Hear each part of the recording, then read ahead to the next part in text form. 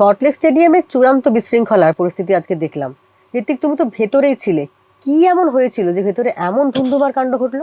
11:15 নাগাদ যে সেলিব্রিটি ম্যাচটা ছিল all star 11 Mohun Bagan all star diamond all star, সেইটা 11:15 নাগাদ শুরু হয়। 11:32 তখন মাঠের ডান দিক দিয়ে মেসির কনভয় ঢোকে, একটা সাদা গাড়ি এসে দাঁড়ায়। তার দুপাশে একটা বিশাল বড় একটা মব, জটলা, প্রচুর মানুষের।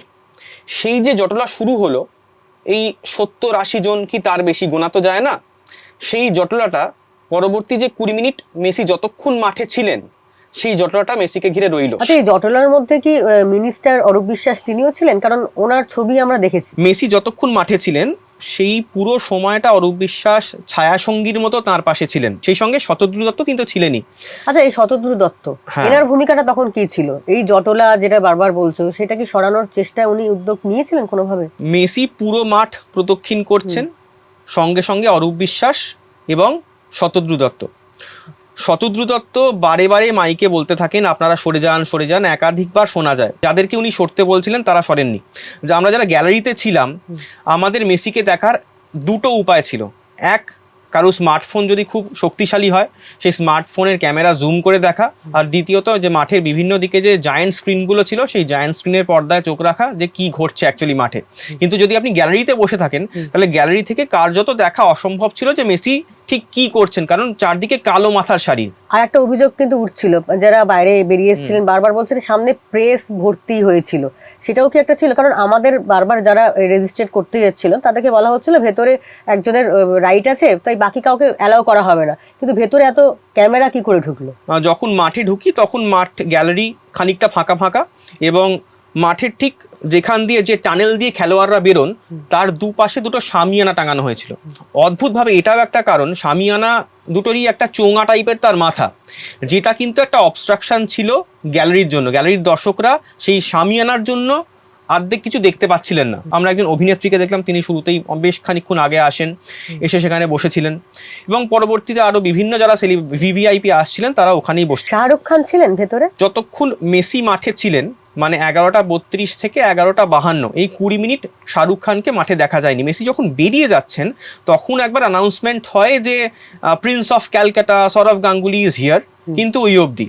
তারপরে মেসি বেরিয়ে যাওয়ার সঙ্গে সঙ্গেই তো তারপর কি ঘটলো, মাঠে তুমুল একটা বিশৃঙ্খলা শুরু হয়ে গেল, সেটা দেখতে পাচ্ছি। যখন মেসি মাঠের বাঁ দিকে গিয়ে দর্শকদের দিকে হাত নাড়ছেন, মেসি তারপর গ্যালারির দিকে এসে ওই শামিয়ানার আড়াল থেকে হাত নাড়ছেন, সেই সময় যেহেতু শামিয়ানায় দেখা যাচ্ছে না এবং মেসির চারদিকে কালো মাথার শাড়ি দেখা যাচ্ছে না মেসিকে, তখন বুইং শুরু হয়।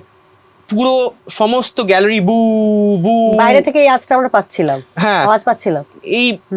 এইটা হয় অ্যারাউন্ড 11:48, বু বু করছে। এবং তখনই হয়তো কিছু একটা সেন্স করে সিকিউরিটিরা বা কিছু এজেন্সিসরা, কিছু একটা সেন্স করে। তার কিছুক্ষণ পর, মানে 11:03-4 মিনিটের মধ্যেই মেসিকে বের করে নিয়ে যাওয়া হয়। তখন বোতল ছোড়া যে ইনসিডেন্টটা আমরা দেখছিলাম টেলিভিশন স্ক্রিনে, সেই বোতল ছোড়াটাও কি শুরু হয়ে গেছিল সেই সময়?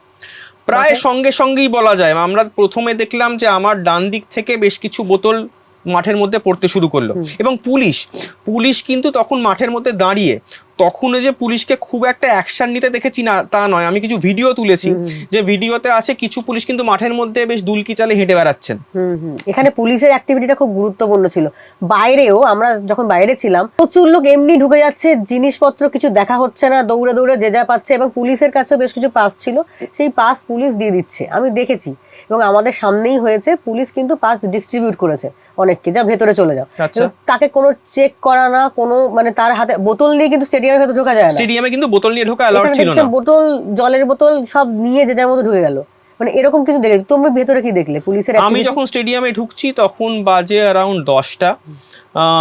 সেই সময় কিন্তু বেশ ভালোভাবেই চেকিং ছিল, এবং স্টেডিয়ামে 5 নম্বর গেটের বাইরে আমি প্রচুর বোতল দেখেছি যেগুলো সিজ করা হয়েছিল।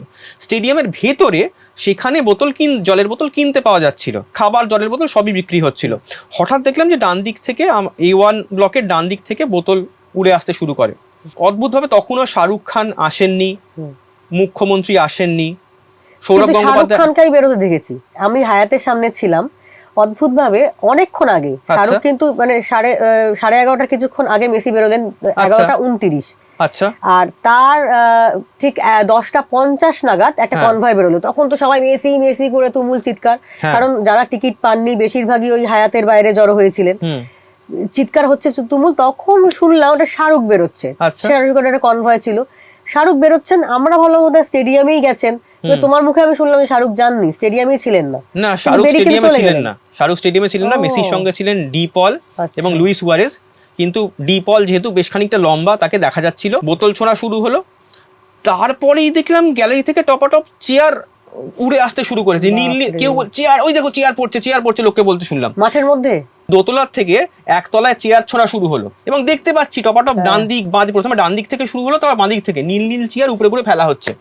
তার কিছুক্ষণ পর দেখলাম আমাদের সামনে চেয়ারগুলো ফেলা হতো, মানে আমার উপরের গ্যালারি থেকে উড়ে এসে পড়ছে উপরের যে চেয়ার। মেসি বেরিয়ে গেছেন, মেসি ততক্ষণে বেরিয়ে গেছে এবং পুলিশকে বোতল ছোঁড়া, পুলিশকে ডিরেক্ট লক্ষ্য করে বোতল ছোঁড়া শুরু হলো। তার কিছু পরে আমার থেকে ঠিক এই 10 হাত মতো দূরে মেসি ইন্ডিয়া গোট ট্যুর বলে যে বড় বড় কালো হোর্ডিং, সেটা ঠিক আমার সামনে ওপর থেকে এসে পড়লো। এবং যেটা রিস্কের ব্যাপার ছিল, সেখানে পুলিশ কর্মীরা ছিলেন, গ্যালারির ভেতরে পুলিশ কর্মীরা ছিলেন, কিন্তু আমি একবারও দেখলাম না পুলিশ কর্মীরা বারণ করছেন কারুকে। বাইরে যারা বেরোচ্ছিলেন তারা দেখলাম হাতের মধ্যে হোর্ডিং মুড়ি মুড়ি ভাঁজ করে করে নিয়ে আসছেন, এবং কেউ কেউ তো বলছেন যে মেসিকেও দেখতে পেলাম না, মেসির পোস্টার নিয়ে বেরিয়ে যাচ্ছি, মানে এইগুলো নিয়ে নিয়ে অনেকে বেরিয়ে যাচ্ছিলেন। অকথ্য ভাষা শুরু হয়ে গেল মাঠের মধ্যে, এবং যেভাবে ক্ষোভ উগড়ে দিচ্ছে, মানে প্রচন্ড হতাশ সবাই মেসিকে না দেখতে পেরে। এবং সবাই কারই বক্তব্য হচ্ছে যে আমরা এত টাকা দিয়ে এলাম, এটা কি ভিভিআইপিদের জন্য, এমনও বলতে শোনা গেল মানুষজনকে। মানে সকালে একটা চিত্র, আমি সত্যি যখন আমি গেলাম 10টা বাজে, ওখানে গিয়ে আমি দেখলাম যে এত মানুষ উৎসাহ ভরে মেসিকে দেখবে বলে দাঁড়িয়েছিলেন, ভোর থেকে এসেছিলেন, অনেকে আবার এয়ারপোর্টে গিয়েছিলেন সারা রাতে রিসিভ করতে, তারপর তারা এসে ভিড় করে দাঁড়িয়েছিলেন, অনেকে চোখে জল ছিল যে স্টেডিয়ামে যেতে পারছি না, আমার সামর্থ্য নেই। মানে তারপরে যে এই চিত্রটা, তারপরে তো চোখে জল দেখলি যখন এই ঘটনাটা, তারপর তো চোখে জল, তারপরেও কান্না, সেটা অন্য কারণে কান্না, মানে সেটা মানে আমি পুরো মেলাতে পারছিলাম না, পুরো মনে হচ্ছিল যে কি হলো এটা। যারা চোখে জল নিয়ে দাঁড়িয়েছিলেন যে তাদের হাতে টিকিট নেই, দেখতে পাচ্ছেন না, আবার তার কয়েক মিনিটের মধ্যে, মানে আধ ঘন্টার মধ্যে পুরো চিত্রটা বদলে গেল, যে একজন মাটিতে বসে আছেন এবং কাঁদছেন হাউ হাউ করে, যে আমি আমার স্যালারির সমস্ত টাকা, পুরো মাসের বেতন দিয়ে তিনি খেলা দেখতে গিয়েছিলেন, আর পুরো মেসিকে তো দেখতেই পেলেন না, উল্টে বলছেন পুলিশের মার খেয়েছি। তুমি কি লাঠিচার্জ কিছু দেখেছো? আমি যখন স্টেডিয়ামে ছিলাম লাঠিচার্জটা আমি দেখিনি। আমার দেখেই মনে পড়ে গেল 99 সালে ইডেন গার্ডেন্সের কথা, যখন সচিন তেন্ডুলকর আউট হয়ে গেছিলেন ইডেন গার্ডেন্সে, তারপর রায়েট শুরু হয়ে যায়। আমার ঠিক সেইটা মনে পড়ে গেল। আমার মনে হলো যে বেগতিক মনে হলো, যে স্টেডিয়ামে থাকাটা সমীচীন হবে না। আমি বেরিয়ে গেলাম, ততক্ষণও মুখ্যমন্ত্রী আসেননি। পরে আমি দেখলাম যে মুখ্যমন্ত্রী টুইট করেছেন, তিনি দুঃখিত, তিনি ব্যথিত, এবং তিনি ক্ষমা চেয়ে নিয়েছেন দর্শকদের কাছে, মেসির কাছে, এবং তিনি বললেন যে তিনি তদন্ত কমিটি গঠন করছেন এবং তার দোষীরা শাস্তি পাবেন। তার কিছুক্ষণ পরেই শতদ্রু দত্ত, যিনি মূল উদ্যোক্তা, তাকে তো গ্রেফতার করা হলো বিমানবন্দর থেকে। তদন্ত তো তদন্তের মতোই চলবে। কিন্তু আপনাদের কি মনে হয়, এই যে যুবভারতীতে আজকের বিশৃঙ্খলা, এর দায় কার? লিখে জানান কমেন্টে।